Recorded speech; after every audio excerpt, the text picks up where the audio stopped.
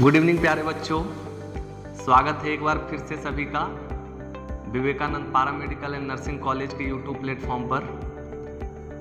तो यहाँ पे हम लोग बहुत सारे टॉपिक पढ़ चुके थे ब्लड का। जैसे ब्लड का कौन कौन सा टॉपिक पढ़ चुके थे, पहले ये मैं आपको एक बार रिमाइंड कर देना चाहूँगा। और आज का जो क्लास चलेगा वो WBC का क्लास चलेगा, वाइट ब्लड सेल के ऊपर। तो पहले एक बार देख लेते हैं कि हम लोग क्या क्या पढ़ रखे हैं। सबसे पहला चीज़, ब्लड होता क्या है वो हम लोग पढ़े थे। फिर इसका फिजिकल प्रॉपर्टी क्या होता है वो हम लोग देखे थे। फिर हम लोग इसका ब्लड का वॉल्यूम, हमारे बॉडी में इसका वॉल्यूम कितना होता है, मतलब कितना ब्लड हमारे बॉडी में होता है, ये देख चुके थे। एज के अनुसार से कितना ब्लड वॉल्यूम होना चाहिए वो हम लोग देख चुके थे। उसके बाद ब्लड का कंपोजिशन हम लोग देख चुके थे। जैसे ये ब्लड का कंपोजिशन हम लोग देखे थे कि एक होता है प्लाज्मा और दूसरा होता है ब्लड सेल, जिसमें कि हम लोग प्लाज्मा प्रीवियस क्लास में डिस्कस कर चुके हैं। प्लाज्मा में क्या क्या होता था, वाटर होता था, प्रोटीन है और अदर है, जिसमें कि हम लोग प्रोटीन भी पढ़ लिए, अदर भी पढ़ लिए प्रीवियस क्लास में। अब हम लोग पढ़ क्या रहे थे, ब्लड सेल के बारे में। ब्लड सेल में भी RBC हम लोग पिछले ही सेशन में पढ़ चुके थे। अब हम लोग स्टार्ट करेंगे क्या, WBC। RBC खत्म हो चुका था, इधर का सारा पार्ट खत्म, ब्लड सेल में RBC खत्म। आज पढ़ेंगे हम लोग WBC, ठीक है। इसके बाद क्या बच जाएगा, प्लेटिलेट्स बच जाएगा, और फिर क्या बच जाएगा, ब्लड ग्रुप बच जाएगा। ब्लड ग्रुप फिर हम लोग देखेंगे। तो कल तो हम लोग RBC देख लेते हैं, आज चलिए स्टार्ट करते हैं WBC, ठीक है बच्चों। तो चलिए देखते हैं क्या WBC, इसको हम लोग व्हाइट ब्लड सेल बोले या WBC बोले या ल्यूकोसाइट्स बोले, सब सेम नेम है, ठीक है। उसके बाद देखिए, सबसे पहला चीज है कि WBC is a colourless due to lack of haemoglobin. आपको पता होगा क्या, कल हमने पढ़ा था क्या कि RBC का कलर कैसा होता है, रेड होता है, बट ये कैसा होता है, कलरलेस होता है। क्यों?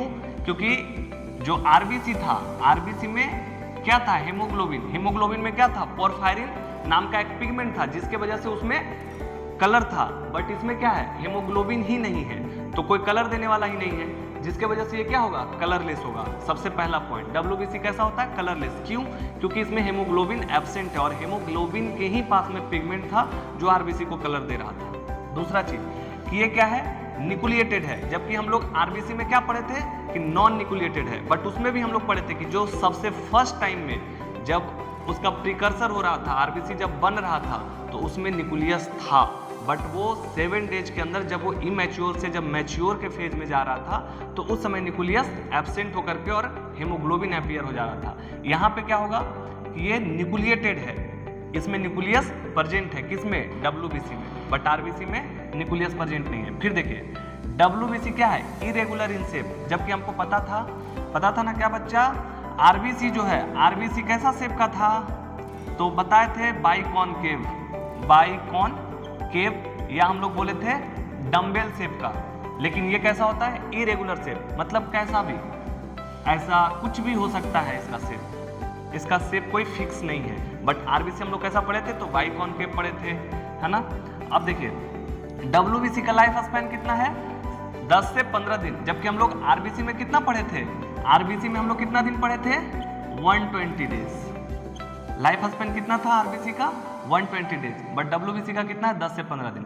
और देखिए also called scavenger and macroscopic policeman. Scavenger का मतलब क्या होता है, स्कैवेंजर का मतलब कि जहाँ पे भी फॉरेन बॉडी दिखा, जहाँ पे भी बैक्टीरिया या वायरस कुछ भी दिखा, उसको तुरंत से किल करने का काम करेगा, तुरंत से उसको जाएगा और जाकर उसको किल करेगा, ठीक है। और मैक्रोस्कोपिक पुलिसमैन कैसे, चोर का एकदम हमेशा रहता है कि कहाँ चोर है, वैसे WBC क्या है, माइक्रोस्कोपिक पुलिसमैन। ये भी एकदम माइक्रोस्कोप लगा करके देखते रहता है कहाँ बैक्टीरिया, कहाँ वायरस, वहीं तुरंत से उसको जाके किल करना है। फिर देखिए अब WBC का हमारे बॉडी में वॉल्यूम क्या है, जैसे हम लोग RBC में पढ़े थे, RBC में क्या पढ़े थे कि उसका जो वॉल्यूम है, ब्लड का जितना भी ब्लड है, उसका ब्लड वॉल्यूम का, ब्लड सेल का लगभग 40 से 45% RBC होता है, ठीक है। ये तो 1% के आसपास, जैसे हम एक बार बताए थे आप लोग को कि RBC रेशियो WBC, ठीक है, WBC रेशियो प्लेटलेट्स, तो इसमें बताए थे कि अगर 600 RBC है तब 1 WBC है। मतलब सोच लीजिए कि WBC कितना कम होता है RBC की अपेक्षा, ठीक है। तो देखिए इन्फेंट में जो है वो 20,000 के आसपास होता है और चिल्ड्रेन में 10,000 से 15,000, एडल्ट में 4,000 से 11,000, जबकि क्वेश्चन में हमेशा एडल्ट का ही जिक्र रहता है। बट इन्फेंट में ज़्यादा क्यों है, चिल्ड्रेन में ज़्यादा क्यों है? तो आप एक बार इमेजिन करिए कि जिसमें छोटा बच्चा होता है तो छोटा बच्चा को क्या करता है कि कोई भी आता है उसको गोद में उठा लेता है, तो जिसके वजह से क्या हुआ, उसको किस करता है लोग, तो किस करने की वजह से क्या होगा, उसके अंदर ज़्यादा डर होता है किस चीज़ का, इन्फेक्शन होने का, जिसके वजह से उसके बॉडी में WBC का काउंट बढ़ा हुआ रहता है। अब जैसे जैसे वो छोटा बच्चा होगा चिल्ड्रेन में जब आएगा तो वो क्या करेगा, जैसे तैसे खेले कूदेगा। अब हम लोग को देख लीजिए, एडल्ट में क्या है, एडल्ट में सब चीज़ देख करके हम लोग काम करते हैं, कहाँ पे गंदगी है, कहाँ पे क्या है, तो उसके हिसाब से हम लोग के अंदर इन्फेक्शन होने का चांसेस कम होता है, किसके अपेक्षा, चिल्ड्रेन और इन्फेंट के अपेक्षा। इन्फेंट में ज़्यादा, क्योंकि उसको ज़्यादा लोग गोद में लेंगे तो ज़्यादा इन्फेक्शन होने का चांस। चिल्ड्रेन जितना ज़्यादा खेलेगा जिधर उधर तो उसके वजह से भी उसके अंदर इन्फेक्शन, जिसके वजह से इसमें भी WBC का काउंट ज़्यादा रहता है। तो इतना सब नॉर्मल वॉल्यूम होता है। अब हम लोग फिर आगे देखते हैं। तो देखिए WBC जो होता है ये अपना फंक्शन के आधार पे, ये WBC जैसे फंक्शन करता है उसके हिसाब से ये 2 तरह का होता है। एक होता है फंक्शन और स्ट्रक्चर, दोनों के आधार पे ये 2 तरह का होता है। एक होता है ग्रेनुलोसाइट्स और दूसरा होता है एग्रेनुलोसाइट्स, ठीक है। देखिए WBC का मेनली काम क्या है, मेनली काम है कोई भी ऑर्गेनिज्म है उसको किल करने का काम, कोई भी फॉरेन बॉडी आया उसको किल करने का काम करता है। तो ये किल जो करता है इसका करने का 2 तरीका होता है, ठीक। तो वही तरीका के हिसाब से 2 होता है टाइप, इसका 2 तरह से किल करता है, तो 2 तरह का टाइप भी होता है, एक ग्रेनुलोसाइट्स और दूसरा एग्रेनुलोसाइट्स। देखिए जो ये ग्रेनुलोसाइट्स लिखा हुआ है ना, इसका मतलब ये है कि इसके अंदर ग्रेनुअल्स प्रेजेंट होता है, ग्रेनुअल्स प्रेजेंट होता है, ठीक, और इसमें एब्सेंट होता है, इसमें प्रेजेंट होता है और इसमें एब्सेंट होता है, ठीक। इसमें जो है ग्रेनुलोसाइट्स में साइटोप्लाज्म प्रेजेंट होता है बट इसमें एब्सेंट होता है, ठीक है। देखिए होता क्या है, ग्रेनुलोसाइट्स इसलिए बोले क्योंकि इसके अंदर ग्रेनुअल्स प्रेजेंट है, और जिसके अंदर ग्रेनुअल्स रहेगा वो क्या करेगा कि जैसे मान लीजिए कोई भी ये बैक्टीरिया आ गया, ठीक, या कोई भी वायरस या कोई भी बैक्टीरिया अगर हमारे ये पूरे बॉडी में अगर ये चला आया तो क्या होगा, ग्रेनुलोसाइट्स क्या करेगा कि ग्रेनुअल्स रिलीज करेगा और इसको चारों तरफ से इसको घेर लेगा, और घेरने के बाद क्या करेगा, एंजाइम का सेक्रीशन करता है। ग्रेनुअल्स जो है इसके अंदर पॉकेट ऑफ एंजाइम्स होता है, जो कि जैसे प्रोटीएज ये सब एंजाइम जो है ये सब आएगा और इसको एंजाइम छोड़कर इसको किल करने का काम करेगा। जैसे एज एग्जाम्पल से आपको समझा देते हैं कि आप लोग गाड़ी वगैरह सब लोग चलाते हैं, तो उस कंडीशन में क्या होता है, कभी कभी छोटा कीड़ा जो है आँख में चला जाता है, तो वो क्या करता है, वो खुद को बचाने के लिए, खुद को प्रोटेक्ट करने के लिए वो क्या करेगा, एंजाइम का सेक्रेशन करता है, जिसके वजह से क्या होता है, जलन होता है। उसी टाइप से यहाँ भी होता है कि कोई भी बैक्टीरिया वायरस एंटर किया तो WBC का जो पार्ट है ये ग्रेनुलोसाइट्स, ये ग्रेनुअल्स रिलीज करेगा और इसको चारों तरफ से घेर करके और इसके अंदर एंजाइम छोड़ देगा, जिसके वजह से क्या होगा, वो फाइनली डेड कर जाता है। तो ये ऐसे करके इसका तरीका है अपना। और एग्रेनुलोसाइट्स का अलग तरीका है किल करने का, इसका ऐसे और उसका दूसरे कंडीशन है, वो जब आएगा तो उसको बताएंगे। तो ग्रेनुअल्स होने का यही फायदा है। तो इसमें तो ग्रेनुअल्स था जिसकी वजह से एंजाइम छोड़ा था तो कोई भी ऑर्गेनिज्म किल हो जाता था, बट इसमें तो ग्रेनुअल्स है नहीं, तो ये कैसे किल करेगा, तो ये एंटीबॉडी बनाता है। जो बैक्टीरिया या वायरस है तो उसके अगेंस्ट हमारा बॉडी एंटीबॉडी जो बनाता है वो कौन बनाता है, एग्रेनुलोसाइट्स ही बनाता है। तो देखिए इसके अंदर साइटोप्लाज्म प्रेजेंट है और इसमें साइटोप्लाज्म एब्सेंट है। साइटोप्लाज्म क्या होता है, तो ये सेल है, सेल के अंदर ये सेल मेम्ब्रेन, इसके अंदर ये फ्लूइड जो भरा हुआ है साइटोप्लाज्म, और इसी में सेल ऑर्गेनेल प्रेजेंट होता है, जो mitochondria, Golgi body, Golgi apparatus, ये सब जो प्रेजेंट होता है वो कहाँ प्रेजेंट होता है, साइटोप्लाज्म में। तो इसी तरह से यहाँ साइटोप्लाज्म प्रेजेंट होता है बट यहाँ पे साइटोप्लाज्म प्रेजेंट नहीं होता है, ठीक। अब देखिए ग्रेनुलोसाइट्स जो होता है इसमें 3 टाइप होता है। 3 टाइप क्या क्या होगा, तो इसको याद रखिएगा, बेन मतलब न्यूट्रोफिल्स, इस्नोफिल्स, स्नोफिल्स, और तीसरा क्या होता है, बैसोफिल्स। ऐसे याद रखिएगा, बेन, मिस्टर बेन का कहानी सब लोग पढ़ा है जी, वही है BEN. B for basophils, E for eosinophils, N for neutrophils. अब हम लोग सबको एक एक कर करके देखेंगे। न्यूट्रोफिल्स क्या होता है, स्नोफिल्स क्या होता है, बैसोफिल्स क्या होता है। आप लोग जब भी सीबीसी का रिपोर्ट लेके आते हैं तो उसमें डब्ल्यूबीसी नहीं दिया हुआ रहेगा, डब्ल्यूबीसी का नाम दिया हुआ रहेगा, न्यूट्रोफिल्स, स्नोफिल्स, बैसोफिल्स, इसी का परसेंटेज दिया हुआ रहता है।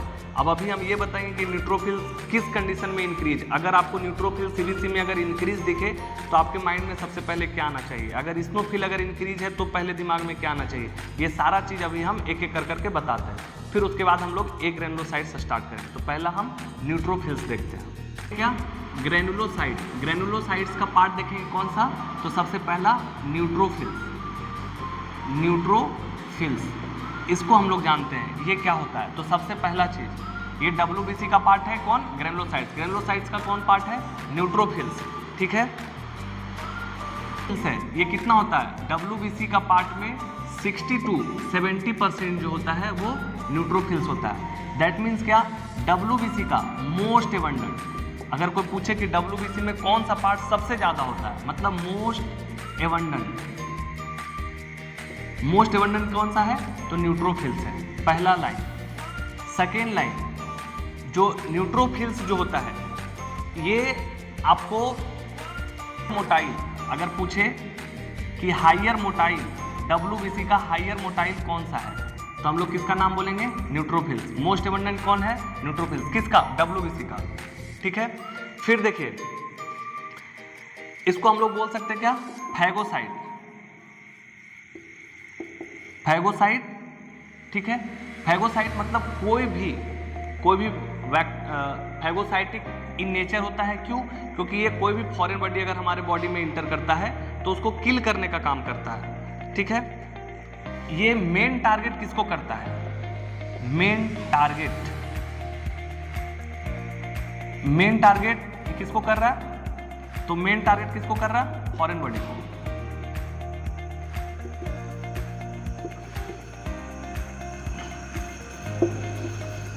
फॉरेन बॉडी को मेन टारगेट कर रहा है। अब वो भी फॉरेन बॉडी में कौन, तो देखिए दो को, किसको, पहला बैक्टीरिया को और दूसरा फंगस को, ठीक है। टारगेट किसको मेन कर रहा है, फॉरेन बॉडी को, और दूसरा फॉरेन बॉडी में कौन सा, बैक्टीरिया और दूसरा फंगस को, ठीक है। तो हम लोग क्या क्या पढ़े, most abundant WBC, higher motile मतलब कहीं भी फॉरेन बॉडी होगा वो पूरे घूम करके और उसको किल करने का काम करेगा। फैगोसाइटिक, सबसे पहले ऐसे भी अगर कोई भी बॉडी में सबसे पहला अगर कभी भी फॉरेन बॉडी आए तो सबसे आगे कौन रहेगा, न्यूट्रोफिल्स। सबसे पहले न्यूट्रोफिल्स लड़ने का काम करता है, ठीक है। लेकिन कब, जब बैक्टीरिया का केस हो या फंगस का केस हो तब। अगर वायरस का केस हो तो लिम्फोसाइट्स, लेकिन अगर बैक्टीरिया और फंगस है तो सबसे पहले कौन रहेगा, न्यूट्रोफिल्स, ठीक है। तो इसको हम लोग क्या बोल सकते हैं, ये फर्स्ट लाइन डिफेंस प्रोवाइड कर रहा है किसमें, ये फर्स्ट लाइन डिफेंस हमारे बॉडी में जो हमारे बॉडी में सबसे पहला फर्स्ट लाइन जो होता है वो हमारे first line defence of our body कह सकते हैं, ऑफ आवर बॉडी कौन होता है, तो ये न्यूट्रोफिल्स होता है। अब देखते हैं हम लोग कि न्यूट्रोफिल्स कब इंक्रीज करता है और कौन सा कंडीशन में न्यूट्रोफिल्स डिक्रीज करता है। तो देखिए न्यूट्रोफिल्स जो है इंक्रीज किसके केस में करेगा, तो इंक्रीज कर जाता है शॉक के केस में, ठीक है। और इंक्रीज किसके केस में करता है, तो इंक्रीज जो है वो किसके केस में करेगा, बर्न के केस में करेगा, एमआई के केस में करेगा और एक्यूट इन्फेक्शन के केस में करेगा, ठीक। मतलब अगर कोई भी तरह का इन्फेक्शन हो आपको इंक्रीज दिखेगा कौन, न्यूट्रोफिल्स, क्योंकि न्यूट्रोफिल्स का क्या काम है, कोई भी फॉरेन बॉडी आएगा उसको किल करने का काम करता है। तो जैसे ही फॉरेन बॉडी दिखा अपने आप का संख्या बढ़ाएगा और उसको उसके ऊपर धावा बोल देगा।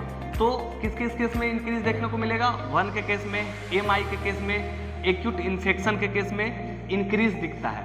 अब डिक्रीज किसके केस में देखेगा? तो डिक्रीज जो है ये हम लोग आप लोग पढ़े होंगे रेडिएशन थेरेपी। जब रेडिएशन थेरेपी होता है उस समय क्या होता है कि हमारा जो इम्यून सिस्टम है या बोन कह सकते हैं कि बोन का जो स्टेम सेल है उसको सप्रेस कर देता है, जिसके वजह से क्या होगा कि न्यूट्रोफिल जब बनेगा ही नहीं तो आएगा कहाँ से?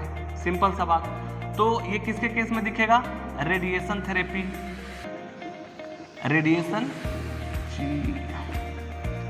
रेडिएशन थेरेपी के केस में। और भी बहुत सारा कंडीशन है जिसमें आपको इंक्रीज देखने को मिलेगा। और देखिए और किसके केस में देखने को मिल सकता है? तो ड्रग्स टॉक्सिसिटी के केस में देखने को मिल सकता है, ठीक है। और किस कंडीशन में ये आपको डिक्रीज देखने को मिल सकता है? तो आप बोल सकते हैं क्या कि देखिए आप इसको देख सकते हैं परनेसियस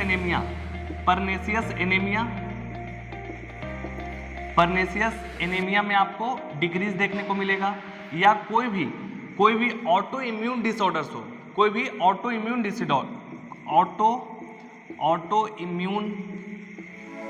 डिसऑर्डर इसके केस में देखने को मिल सकता है, जैसे एड्स हो गया, ये सब ऑटो इम्यून डिसऑर्डर्स है। उसमें क्या होगा? न्यूट्रोफिल्स डिक्रीज देखने को मिलेगा। अब हम लोग न्यूट्रोफिल्स के बाद अब हम लोग इस्नोफिल पे आते हैं। इस्नोफिल क्या होता है? ठीक है, चलिए अब देखते हैं क्या इस्नोफिल। न्यूट्रोफिल देखिए, अब इस्नोफिल का दूसरा नाम एसिडोफिलस है, जो कि 2 से 4% होता है। इसका काम क्या है?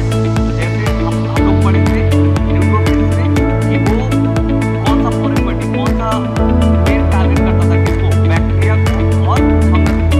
लेकिन इस्नोफिल किसको टारगेट कर रहा है? पैरासाइटिक इन्फेक्शन और किसको? एलर्जी क्रिएट कर रहा है। ये किसके लिए रिस्पॉन्स है? एलर्जी। जहाँ पे एलर्जी आपको दिखेगा वहाँ पे आपको इस्नोफिल भी दिखेगा, और जहाँ पे पैरासाइटिक इन्फेक्शन होगा वहाँ पे भी आपको इस्नोफिल दिखेगा, ठीक है। देखिए ये इंक्रीज किस केस में रहेगा?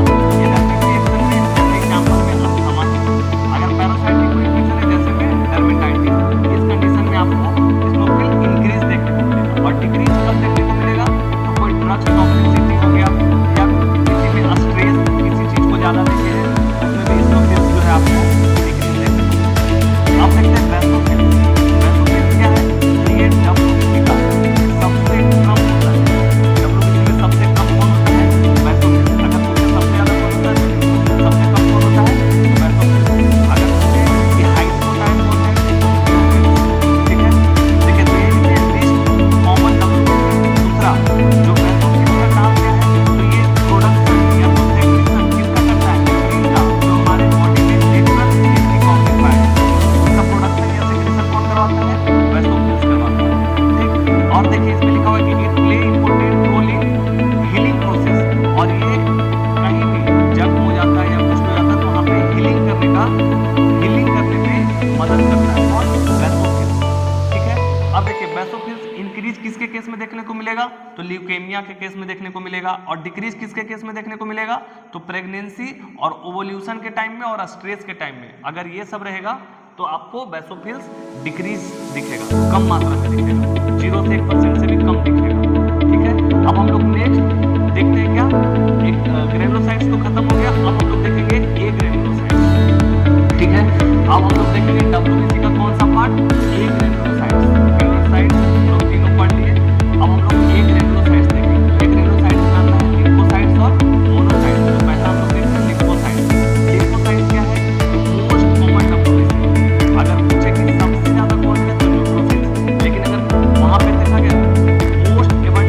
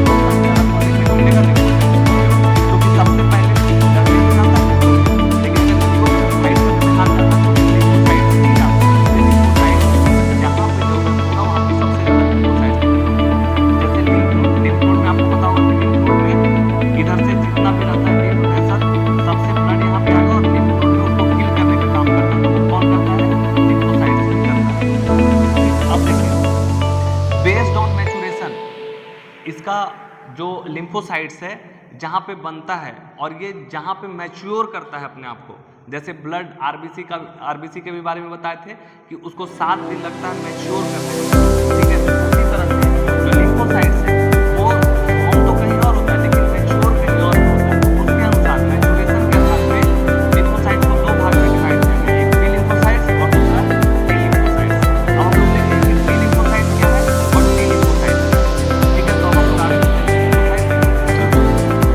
देखिए उसके मैच्योरेशन के आधार पे हम लोग को डिवाइड किए थे, क्या बी लिम्फोसाइट्स और दूसरा टी लिम्फोसाइट्स। बी लिम्फोसाइट्स क्या है? तो बी लिम्फोसाइट्स जो है वो कहाँ प्रोड्यूस हो रहा है? बोन मैरो में, मतलब बोन मैरो में बी लिम्फोसाइट्स बन तो रहा है लेकिन वो एक्टिवेट मतलब मैच्योरेशन कहाँ हो रहा है? तो बोन मैरो में बन भी रहा है और बोन का मैच्योर कैसे एक्टिवेट मतलब काम करने के लायक हो गया है, वो भी बोन मैरो के अंदर। और ये देखिए ड्यूरिंग फीटल लाइफ में लीवर में इसका मैच्योरेशन होता है, उसमें बोन मैरो में नहीं किया, जब फीटल लाइफ में था तब क्या हो रहा था, जब बात जन्म था तब मैच्योरेशन क्या हो रहा था लीवर में, लेकिन आफ्टर बर्थ, इसको लिख लीजिए आफ्टर बर्थ क्या हो रहा है बोन मैरो। फिर देखिए रिलीज एंटीबॉडी, लिम्फोसाइट जो है वो हमारे बॉडी में एंटीबॉडी बनाता है, ठीक है। दूसरा एक्टिवेट ऑफ टी लिम्फोसाइट, मतलब ये सिर्फ और सिर्फ एग्जिस्ट करता है कि टी लिम्फोसाइट एक्टिवेट हुआ क्या है, कैसे करता है वो बताता है। मैंने टी लिम्फोसाइट की बात बताई। टी लिम्फोसाइट देखिए क्या है, टी लिम्फोसाइट जो है वो बोन मैरो ही बना रहा है, वो भी बोन मैरो बना रहा है, टी लिम्फोसाइट भी बोन मैरो ही बना रहा है, लेकिन एक्टिवेट या मैच्योरेशन बॉडी में ये कहाँ हो रहा है? थाइमस ग्लैंड, टी से टी लिम्फोसाइट और टी से थाइमस ग्लैंड। ये थाइमस ग्लैंड में इसका मैच्योरेशन बोल लीजिए या एक्टिवेट बोल लीजिए, मतलब बन यहाँ रहा है लेकिन काम करने लायक कहाँ होता है? थाइमस ग्लैंड एक तरह ये ग्लैंड है, तो ये एक्टिवेट करके और टी लिम्फोसाइट को मैच्योर करने का काम करता है। फिर थर्ड पॉइंट क्या है? Coordination between antigen and B lymphocytes. देखिए ये क्या करता है टी लिम्फोसाइट्स कि जैसे मान लीजिए कि ये हमारा बॉडी है, ठीक है, ये हमारा